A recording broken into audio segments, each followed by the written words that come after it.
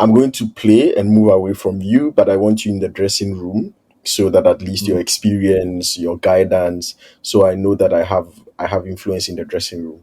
So the coach definitely could have brought him back into the team without necessarily playing him, because I'm sure Dede Ayew would reach an agreement with the coach that is saying, look, I would bring you in, but not necessarily play you, versus saying I'm leaving you out of the squad.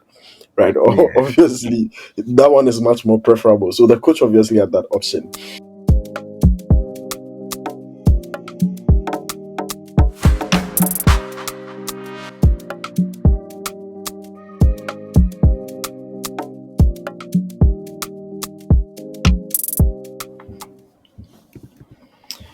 After a very poor AFCON performance, the Ghana Black Stars parted ways with coach Chris Hughton, and we've seen them reappoint the coach that qualified them for the most recent World Cup.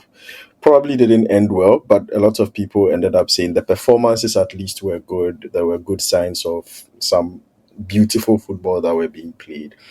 Coach Otto Addo of Dortmund. Now, he's been reappointed as the full-time Black Stars coach, and he's had two games with the team, two what do you call it, competitive games with the team now against Mali and against Central African Republic. And so in this episode, myself and Erasmus are basically going to discuss what is his reappointment means for the team, what we saw within the two games, and also a little bit of a touch on the resurgence of Jordan Ayew in terms of him getting a hat trick in his last match, but also scoring the winning goal in the game against Mali as well. So, Erasmus, I'm sure it's been a while. You heard of the appointment of Coach Otto Addo. First, let me get your initial impressions. What do you think about this appointment?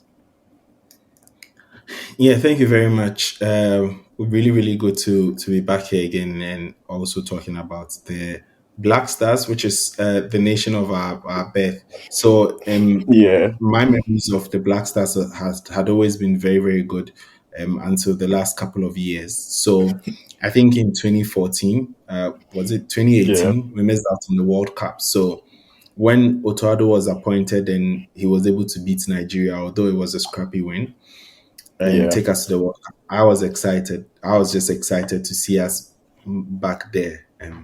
Mostly because if you don't qualify, people are just going to start asking over here, what happened to Ghana? yeah, So for me, before the appointment, back in 2021, I yeah, wasn't really, I didn't really know the guy, right? yeah, But if and after the qualifiers, I don't think I formed enough of an opinion to think he deserved it. yeah, But I saw the kind of football that he played within the World Cup, and even though yeah, we lost, you could see that this guy was onto something in terms of yeah, um in terms of the tactics he was using, because he was quite progressive. He yeah, was adaptable, sometimes playing three at the back, four at the back, but then also you saw some link up play, the way in which he used Mohamed Kudus quite effectively, because the Ghana squad that we saw at the World Cup was not the best squad that we had had in years, and the players were not true. very, very experienced. But I think some of the performances he put in, particularly against Portugal and also South Korea, were very, very Yeah, good. Obviously, those are just two games. So I had a preference for Chris Hughton, who I thought had more experience, but we all know how that went. So when obviously his appointment was being made, it wasn't something that I was all of a sudden thrilled by, especially given the yeah, drama and the way in which the fallout with Houghton occurred. I just thought they might go for someone more experienced. But I think from these last two games that I've watched, I think there is something in there.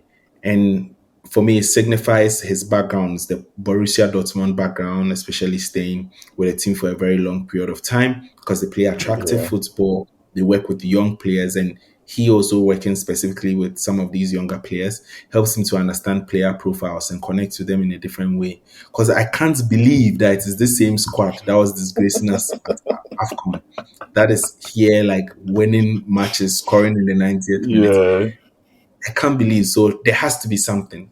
So the summary of my yeah, position is I'm not bang on sure about the guy, but from what I've seen, there has to be something. There's something behind the hype. yeah. I mean, obviously, I've not really spoken about Ghana football, the Black Stars, Otto Addo, like for a very, very long time. But to be fair, his appointment was one thing that I didn't know him like you as well. I didn't know him before he was appointed the caretaker manager of the team throughout the qualifiers and also for the World Cup. But his football was at least one thing that got me excited about the Black Stars. Even though they lost those games at the World Cup, I don't think anybody would say they were disgraceful performances at the World Cup. They were Except the like European one. performances. Yeah, exactly. But even the Uruguay one, it was more of, yeah, the team broke at some point, but those were not like abysmal performances like we saw at the AFCON, right? And you look at those performances as well, and I looked at it as there were moments of play, there were patterns of play, there were sparks, there were tactical approaches that were clearly exciting, especially the way in which it felt like a young team, a vibrant team that was moving the ball around. And like you said, like Borussia Dortmund footballing identity of retaining possession, being much more progressive, creating spaces and running at defenders. And those were the sparks we were seeing. Obviously, it was difficult to measure whether or not that was going to yield any result, because at some point it became we play the ball all around and we don't score. And so you remember there was a huge goal drought in terms of conversion. But also at some point when the goals came, they were very, very beautiful goals, because it's like a very systematic approach of constant play right from the back. I remember there was one game where there was a goal scored after 39 passes or so. And those are things we talk about with the likes of Pep Guardiola's Man City, right? And so it felt a little bit exciting with at least the footballing identity that he was bringing on. And then he was sacked, which he wasn't sacked per se. He himself at the time said the Black Stars wasn't where he was going to stay, obviously because he hadn't been offered a full time contract, and so he went back to Dortmund. And for me, that was the big problem I had with the appointment of Houghton. Not that I disagreed with moving on to Houghton. I felt if you wanted to stick with Houghton, then you should have started with him right from the qualifiers. Because for whichever manager was going to the World Cup, we as a country knew he wasn't likely to give us the best of performances. But at least that was an opportunity to know the team, to instill your identity in the team, to build the team mainly for the AFCON rather than for the World Cup itself. So you allow a guy to do all that, and then you move him out and then bring someone in to just prep the team for the AFCON. And obviously, the decision being bad reflected on the outcomes that we saw. Now, he's back. I was excited about his reappointment. The GFA is just a quote unquote a terrible institution, because they themselves just put a rope around themselves and hang themselves. You know you are going to appoint Otto Addo, and then you go ahead and put out a CV of the likes of Jose Mourinho, that those are the people that you're looking for. But all in all, Otto Addo is back. And I, for one, am happy because now he's back in a full time role. But also, in the past years, even with the likes of Kwesi Appiah and all that, he is the only manager that gives me like some little bit of excitement around the prospects of the team. And the way he speaks, if you look at modern day management as well, they're expecting managers to speak with some sense of tactical understanding and awareness of the game, not just, yeah, I'm in my coaching room and I dictate the things on the pitch. But in terms of the press management, they need to know that you understand the game from a philosophical point of view, and not just like instructing the players to display something. And if you look at his press conferences, the way in which he's managed the team since he came back, it looks like the team is getting a turn around in terms of the culture, the identity, and all that. So, yeah, I, for one, I'm excited. I hope that he gets the best out of the team. But he's had to make some big calls, though, dropping Andre Ayew from the team from his very first official call up. Like, what do you think? I don't think Andrea you had the best of tournaments, and it didn't bode too well that it seemed the downfall of the team was tied to the level of influence that people thought he had over the team. Because, like we all Yeah, remember, with how many minutes to go, we had to keep our shape, and then that yeah, substitution was made so that he can have his whatever appearance. yeah, He comes yeah, in, loses, or we concede. I think gives a penalty, doesn't mark his yeah, man, and then we capitulate. So I think there was a lot of negativity surrounding his involvement within the Black Stars. So I think it was the Yeah. right call to drop him for the first time, because also within his club he was now finding form and Yeah. improving. I don't think that's the best time to call a player when he's sort of like in a good space. I still think he has a role to play moving forward, especially within the qualifications. And I Yeah. think now that, because the next World Cup is in 2026, that's 2 years from Yeah. now, he'll be, I think, 37 or 36 by then. So I think we also need to start moving away from him, which we have Yeah. to a certain degree. So we need to start getting used to him not getting like called up like he used to. Yeah, I think it was for me, it was a statement rather than the actual effect on the team, because like he's one player. Sometimes coaches reach agreement with these players and bring them on board and say, "Look, I'm going to play and move away from you, but I want you in the dressing room so that at least your Mm. experience, your guidance, so I know that I have influence in the dressing room." So the coach definitely could have brought him back into the team without necessarily playing him, because I'm sure Dede Ayew would reach an agreement with the coach that is saying, "Look, I would bring you in, but not necessarily play you," versus saying, "I'm leaving you out of the squad." Right? Yeah. Obviously, that one is much more preferable. So the coach obviously had that option. It was more of a statement on the culture around the team, which he made in his first press conference by saying that there needs to be a culture of discipline and accountability and hard work within the team. And the aura around the team had been that Andre is necessary because he's the one who is able to pull everyone along, and people don't take responsibility for themselves. And so leaving him out is also a thing about, I'm ending that era where you guys don't take responsibility for yourselves and expect someone to be in the dressing room because he's supposed to take responsibility for you. He's not a coach, he's a player. And he needs to be invited on the merits of his play, not on the merits of how well he's holding everyone else accountable. So you guys have to stand up for yourselves now. And I think that also helps the team because now the political tone around the team has reduced a bit. Initially, Yeah. like you said, it was the IUs are influencing the team, they are messing up. And some of these things might not necessarily even be from political influence. It might just be pure tactical madness from the coaches' substitutions, not knowing when to keep their shape instead of substituting him, not knowing when to prioritize the team over his individual achievements. But eventually, the aura around the team was very, very bad. And now at least we have a team where it looks like the image is being sanitized gradually, especially with the positive results as well.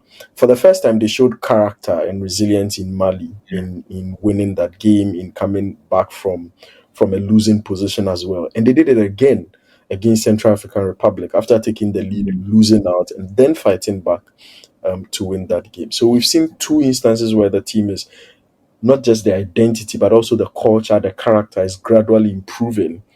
And these are things that obviously a new coach needs to boost the confidence of the players in him, but also to boost the confidence of the country in his decisions that he's been taking, which is really, really good as well. Um, I mean, not too much into the tactics of the play, but Jordan Ayew has now been used in two successive games as the focal point of the team, not on the wings, but as a nine. That has raised conversations around what is his best position. Is it on the wings or is it in the center of the pitch, down the middle, up front? And he scored the winning goal when he was substituted and brought in Mali. And he scored a hat trick at the Ababio Sports Stadium when we played against Central African Republic. What are your thoughts on him and his resurgence in the national team? Whatever Otto Addo has told him, he should keep on telling him. Yeah, Yeah, because I mean, after the hat trick, he came out during the press conference to say that the number nine has always been his preferred position, and he's always been played out of position within the national team yeah, and also within his club, and he has just kept yeah, quiet, doing his work. So this is him at number nine. Like this is his resurgence. I'd like to remind Jordan Ayew also that he played as number nine when he was coming up, especially within the Black Stars. I think yeah, around the period of 2018, 2019, thereabouts, and he gave some of the worst performances we've ever seen. But because he scored a hat trick, it's fine. We'll not say anything. He can brag. Go ahead and brag. Yeah, But I think Jordan Ayew, we all know, is I think he's the more talented Ayew. Um, yeah, he's very much a well-rounded player. One of his biggest attributes for me is his ability to carry the ball. He's one of yeah, the best ball carriers, even in the Premier League.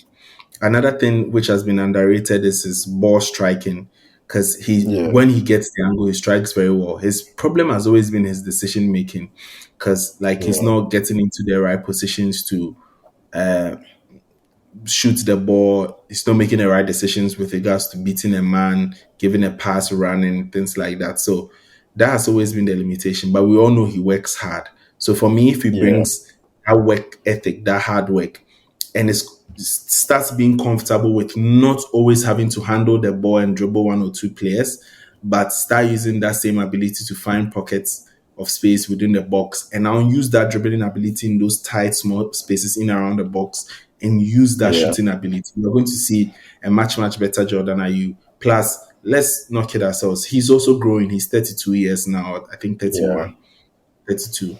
He progressively can't always play on the wings. So I think this will serve yeah, as a useful transition, especially as Iñaki Williams is also out. But good yeah. play, Jordan. Good play, Jordan. Good. I mean, to the point he was making about being playing out of position. I think like Jordan, and you said it as well. Jordan is probably the more talented at you. I think when they were young, in the under 20 days, etc., did they like has always been had a leadership profile around him. So he had Yeah. always had the spotlight on him. But even in terms of the clubs that they've played, should tell you that Jordan, obviously, in terms of hard work, in terms of output, and in terms of the way in which the club level footballing world rate him, has been consistently higher year on year than the way in Yeah. which they've rated Didier. And that is reflected in their club signings and the levels at which they play. Obviously, unfortunately, Didier is much older, so maybe age caught up with him earlier. But you look at them and clearly you see that Jordan is still a very, very skillful and talented player. And playing on the wings, currently there have been a lot of people who have said playing on the wings won't help him now because he's not as fast as he used to be. He's not as quick as he used to be. And so now 1v1 situations, he would always struggle. They'll take the ball from him. And like you said, his decision making. He's not the player who is in a 1v1 and would want to pass back. He's not an Anthony. So he would want to take on a man.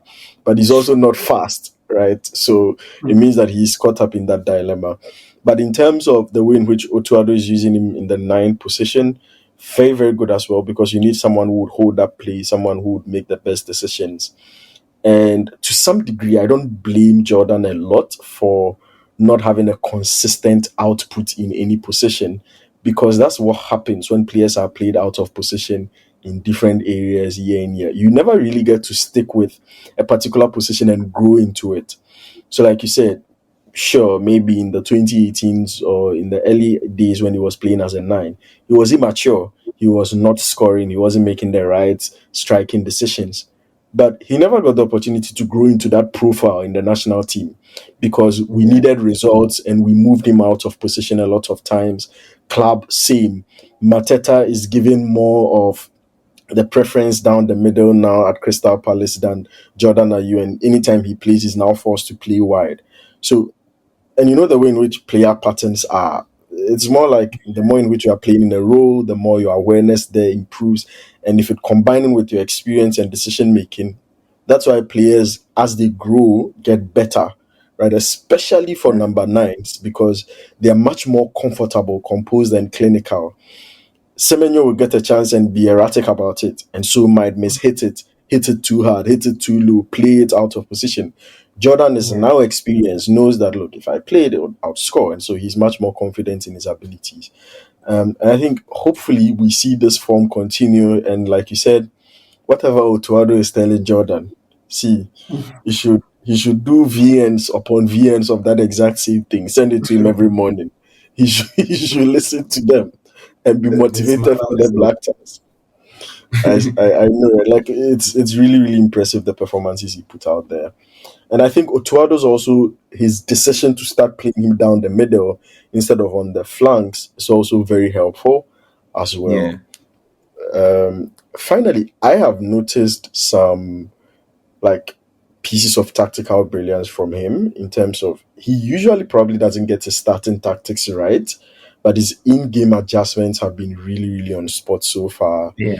uh, in the Mali game, for instance, he initially started with two strikers with Kudus behind, so Semenyo and Nuyama, and then dropped Nuyama to make two tens and one up front. And then in the second half, split the two tens into their wing positions, and that's when they became really, really effective in those tactical adjustments that he was making. Similar to the Central African Republic game as well. What are your takes on the tactical trends that you've been seeing in his implementation of the Black Stars and his deployment of players in these past two games? And what do you think, based on this, we should be looking forward to when it comes to those Black Stars? Um, I think I think I alluded to this in the first question, right? He's quite tactically flexible. Most Yeah, of the time he's looking to also react to the opponent, but he's looking at the kind of players that he has and how he can get the best out of them. So I don't expect that he'll play one way, but I like yeah, managers like this. I like managers who are not yeah, arrogant to say, this is how the Black Stars play. We're going to play that way no matter what. He saw that against yeah, Mali away from home, much tougher game, shored up the defense. And in that game, we conceded just once. He was yeah, a bit open against Central African Republic, but yeah, obviously within the first half, they figured this out and realized that our defenders were not very, very good in defending transitions. So they hit the long balls, and our players just get nervous anytime the long yeah. balls are hit. This was also mostly because we were pushing very high up the Very pitch. high up And the pitch. with all respect to Salisu, senior Salisu, and Jiku, senior Jiku, they are not those kind of defenders. They are not those kind of defenders. So Yeah, they are not Van Dyke and who do you call it? All these modern day defenders. They when you leave them in the box to head the balls away, and Jiku will give you nice composure and make his yeah. face like steel and just be heading the balls away and be giving. But if you say ball Yeah. playing, win the ball high up, No, no. and Jiku.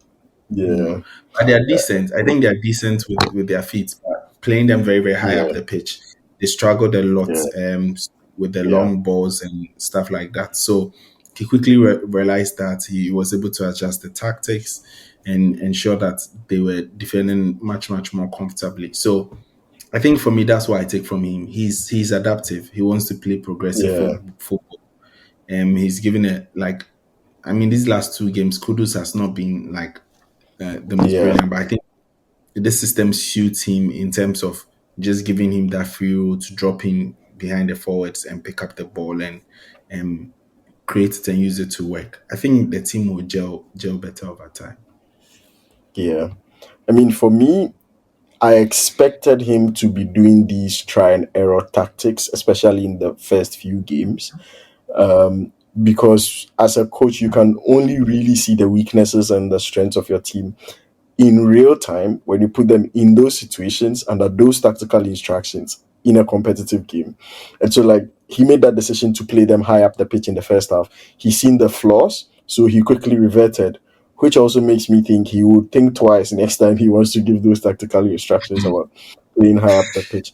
And it's similar to the Mali game as well. He tried out like three different from three formations of a two top with Kudus as a 10. He realized the space was too wide for Kudus. Dropped Mm, Nyama, realized still Semenyo was still too isolated. And then now spread them as a traditional front three. And that was much more fluid for them. And so the good thing is he's doing these experimentations without losing the games. I think the thing that yeah, managers struggle with sometimes is that a lot of the time these initial experimentations come with losses. And so people now start really getting nervous and they never get the time or the patience to really try out their tactics to know what is best for the team.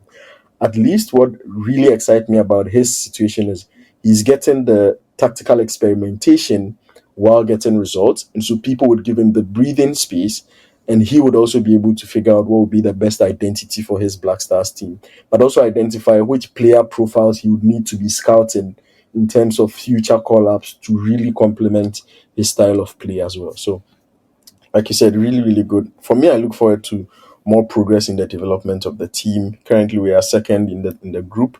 Hopefully, there's still a lot of games to go. I think 6 more games to go. So hopefully Yeah, the team really, really continues to improve, and then we see the Black Stars back in top form.